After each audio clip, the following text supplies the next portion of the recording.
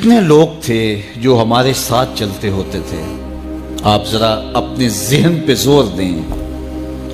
بچپن کے دوست، کلاس فیلوز، کاروباری ساتھی، گلی محلے کے لوگ، رشتہ دار، اعزاء و اقربا، آباء و اجداد، اور کتنے لوگ آپ کے مخالفین، معاندین، یہ ساری فہرست ذہن میں لائیں تو ایک دم خیال پڑتا ہے فلاں بھی چلا گیا، فلاں بھی چلا گیا. کوئی سال کے بعد اچانک کوئی بات یاد آتی ہے تو یاد آ جاتا ہے، کوئی 6 ماہ کے بعد یاد آتا ہے. کئی ایسے لوگ ہیں کہ سال ہا سال بعد یاد، ہاں وہ بھی ہوتا تھا. مٹی کا رزق بن گئے، قصہ پارینہ بن گئے. کہانی تو اتنی سی ہے نا، جو اکڑ اکڑ کے چلتے تھے آج وہ مٹی کا رزق بن گئے ہیں. جو اپنے بدن پہ چٹکی مٹی بھی نہیں پڑنے دیتے تھے آج ان کے کفن بھی تار تار ہو گئے. حضرت غوث اعظم فرماتے ہیں قبرستانوں میں جا کے دیکھو کیسے کیسے حسینوں کی مٹی خراب ہو رہی ہے.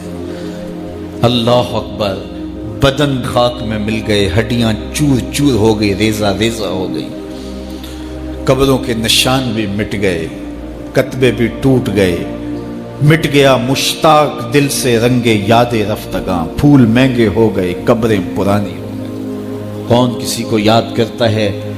اور اسی طرح ہم مل کے مٹی کا رزق بننے والے ہیں، لیکن کوئی ایسا کام چھوڑ جائیں گے، اپنے رب سے جڑ جائیں گے، اپنے رب کے بندوں سے جڑ جائیں گے، رسول کریم کے دامن کو تھام لیں گے تو پھر موت بھی مرنے نہیں دے گی. پھر سرخرو اور سر بلند ہوں گے، پھر عزتوں کے تاج سروں پہ رکھے جائیں گے، وقار کی مسند پہ بٹھائے جائیں گے. فقیر نام تنا دا باؤ، قبر جنا دی جیوے ہو.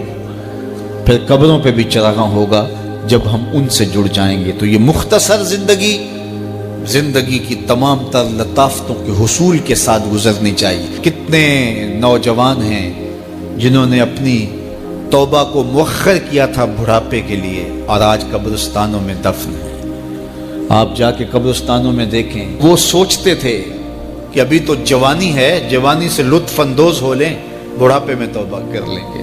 لیکن بڑھاپا نہیں آیا، موت آ گئی.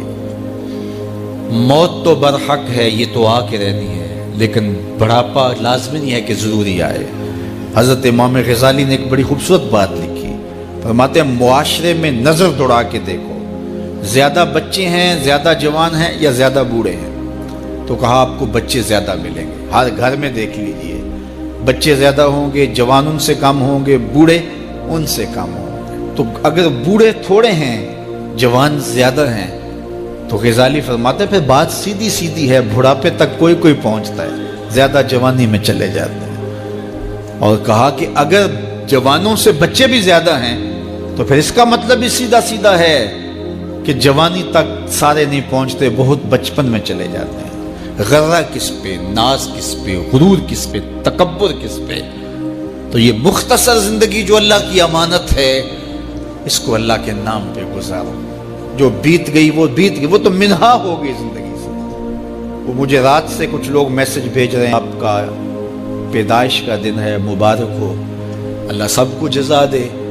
لیکن میں آج اپنی چھوٹی بیٹی کو بھی کہہ رہا تھا، وہ مجھے بولی کہ ابو آپ کو مبارک ہو. تو میں نے کہا کہ آپ ہاتھ اٹھا کے اللہ کی بارگاہ میں دعا کرو کہ اللہ آپ کے باپ کے 46 سال کے گناہ معاف کر دے.